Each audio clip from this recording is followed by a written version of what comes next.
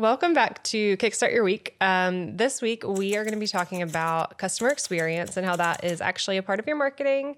Whether you believe it or not, we're going to hopefully in the next, 8 to 10 minutes, convince you that customer experience is marketing. And you know what?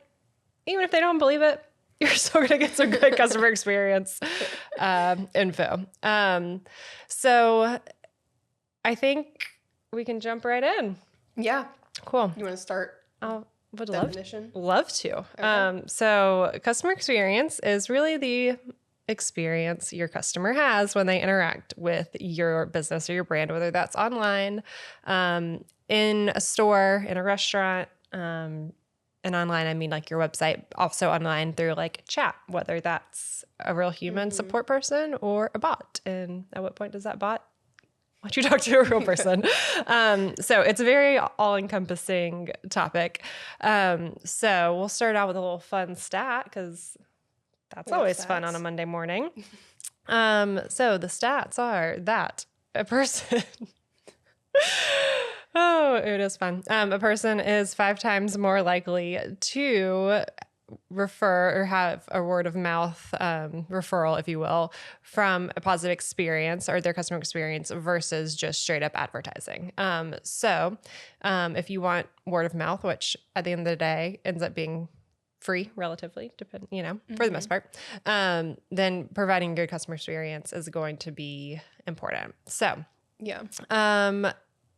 what does this all mean for marketing? Well, it means every single touch point you have with a customer is going to communicate your brand value. Like even small things that you might not think of, like how quick you are to respond to emails or DMs, your return process, your booking process, like you said, your website, just like navigating the website itself is part of that experience. So yeah, if someone has a bad experience, then that can kind of counteract or negate other marketing that you might be doing for yourself, or like ads you might be running, because if you have a good product or a good service, but a bad experience for the customer, then the less likely they are to rebook or repurchase. Yeah.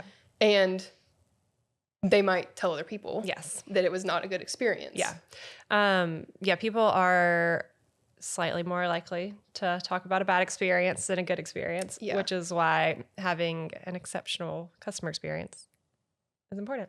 Yeah.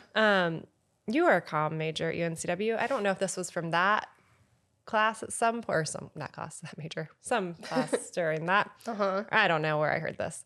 But basically good marketing is just going to reveal like a good product or a bad product. Like you're going to get people there and then it's going to speak for itself. But I think we're taking this a step further and saying like that customer experience, like you said, is a part of your actual marketing. And even when we're working with newer brands or companies and doing branding guides, talking about like the voice and the tone and the brand values, that's all a part of that. So establishing those. And making sure it's like consistent Yeah. on everything that you do, even if it's not necessarily what you would consider marketing, if it's just like signage in the store, maybe, then it needs to have consistent voice and tone. Yeah. Cool. So diving in a little bit more, I think we talked a little bit about like what those touch points are. But website, digital, that includes social media. Is it easy to use? A lot of times that's going to be people's first impressions, whether you are e-commerce or a service-based business. If they're looking for something, hopefully they're going to land on your website because of all of your good marketing. Yeah. But if they get frustrated or can't find what they need, then that's not going to be a positive experience. And they might not even take the next step to actually converting, much less, the customer experience once you have them. Yeah. So that's kind of step one. And then step two is going to be that customer service, whether they're, doing something online, chatting, coming in. Is your staff friendly? Are they in, obviously, like different service-based businesses? There's not necessarily uniform, but is it like you said, is it consistent? Are they getting what they're expecting walking in? Employees trained to handle negative feedback or unhappy customers? How do you navigate that? Yeah, exactly. Because that can be tricky. Yeah, always tricky. It's never not tricky. But at least having some training and guidelines in place is important. And then, okay, let's say all that goes well. Then what is like the post-purchase experience? If it's online, are there follow-up emails? Are you asking for a review? Because again, that customer experience is going to drive whether or not someone leaves a review, which then brings it full circle back to this is marketing. Reviews are huge. They're huge. They're going to help Google smile upon you and show you back in search results for new people to find you. So it really is a full service thing. And then there's also, depending on the business, again, like, is there places where you can build loyalty programs or community things that are just going to continue to drive that customer experience? So yeah, I don't know. Do you want to give a few client examples of just where we've seen this go well? Yeah, we have one client, an RV resort, and so we have done a bunch of digital work with their like digital experience and also in person, like once people actually get to the resort. So, it's everything from their social media, their website, making sure it's easy to navigate and learn about the resort, and then also to book. Yep. Because if people want to book, but then it's hard to book, then I would be like, okay, forget it. I'm just finding somewhere else. So making sure all of that is seamless for them. Again, customer service. I mean, we didn't train the employees, but, making sure everyone's on the same page about how to handle bookings, how to handle feedback. And then going past the digital, we've made resort maps and welcome kits, like print materials to give the customers once they get there, to help their stay go easier, for them to navigate the resort, for them to find out like events that they might want to go to or local things that they want to go see. So it can be, depending on your business, it can be a mix of like digital and print items that are all part of the customer experience. For sure. And making those print items on brand with the actual colors and fonts and branding, which, you're great at. So it's easy peasy. But yeah, all that definitely is huge. And then I think going back more towards like e-commerce clients, like, is your packaging branded? Is there, product information in there? Are those documents branded, have the logo, the colors? And you can do like fun things with like the packaging, like the tape on the exterior of the box. So just giving people, an experience beyond just how they use your product or interact with your service. But it can be really from discovery on to interacting and then post-purchase. Cool. I think just one of the other things I thought about, we can talk about, is the kind of unexpected ways you can delight your customers, if you will, to just push the customer experience just to another level. And I don't think it has to be anything like crazy.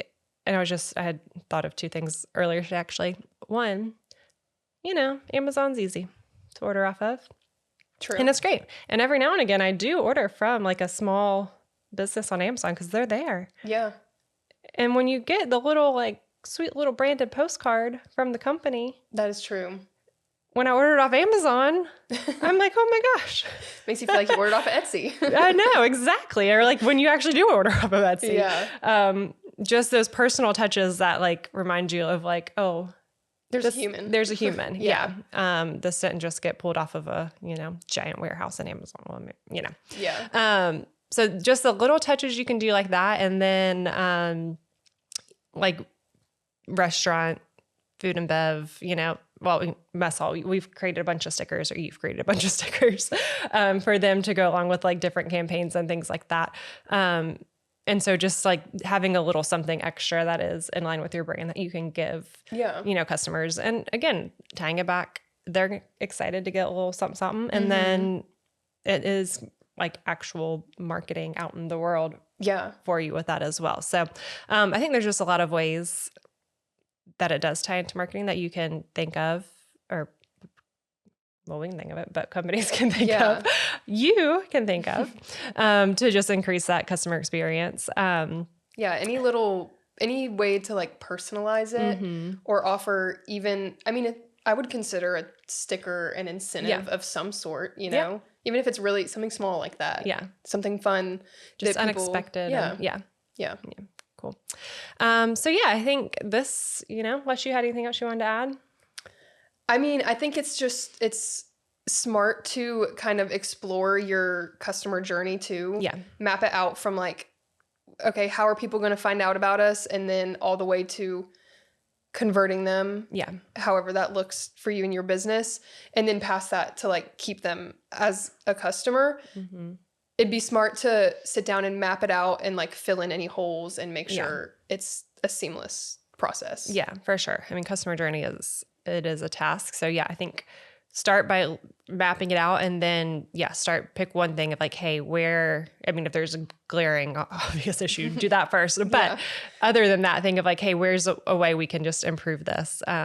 Especially, going into the holidays and the new year, it could be a good launch point for like, hey, we're going to power through this next month or two. And then starting in January, we're getting this as like a goal to improve that overall customer experience and customer journey. So, and we've talked about this before in another Kickstart Your Week, but ad costs are going to rise here at the end of the year. So someone having a good customer experience could be kind of a differentiator between a customer or not. Yeah. That referral business is huge. So the more things you can do to make that happen, the better. Not only are people more likely to talk about a good experience, but people are more likely to convert.